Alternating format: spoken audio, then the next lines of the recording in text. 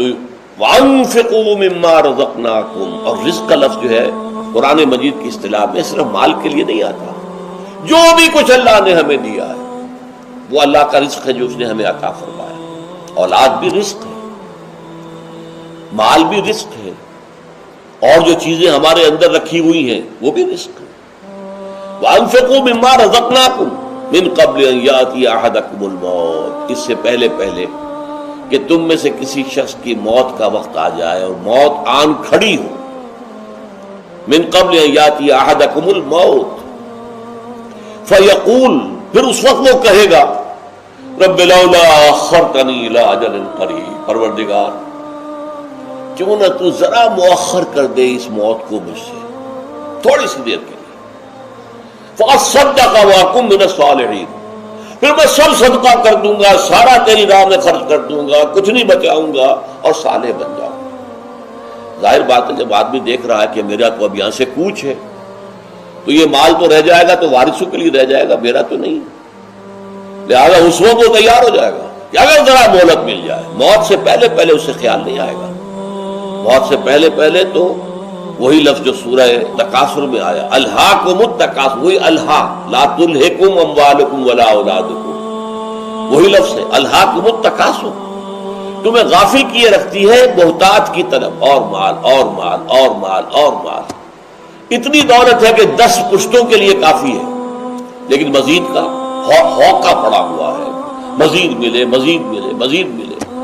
الہاکم التکاثر حتی زرتم المقابر، یہاں تک کہ تم قبروں تک پہنچ جاتے ہو. اس وقت تک یہ جو تمہارے اوپر غفلت طاری کیے رکھتی ہے شے محتاج کی طرف.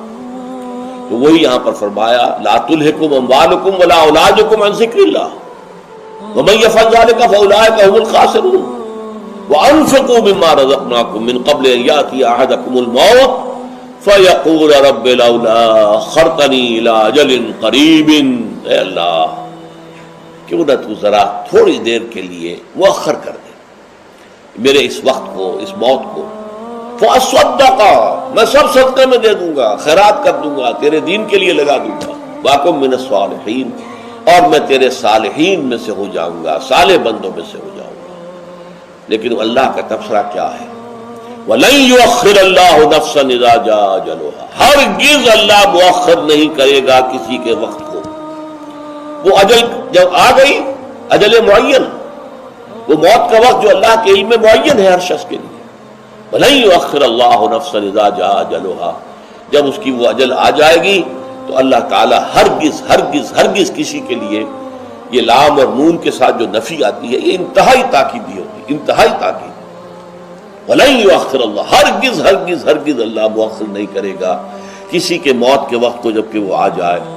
وَاللَّهُ خَبِيرٌ بِمَا تَعْمَلُونَ، اللہ خوب جانتا ہے یہ تم کر رہے ہیں. اگر اللہ تعالیٰ کوئی لمبی مہلت تمہیں اور دے دے گا تو پھر تمہارے اندر وہی عادتیں آئیں گی، تمہارے اندر نہیں بگڑے گا. ہاں یہ ضرور ہے کہ اگر بس تھوڑی سی مہلت دی جائے کہ اس کے بعد 1 گھنٹے بعد پھر موت آ جائے گی، تب تو انسان سب کچھ دے دے گا. لیکن یہ ہے کہ اگر اللہ کی طرف سے مہلت طویل ہو جائے تو پھر انسان جو اسی طرح دنیا کا بندہ بن جائے گا، مال اور دولت اور حوث کا جو ہے وہ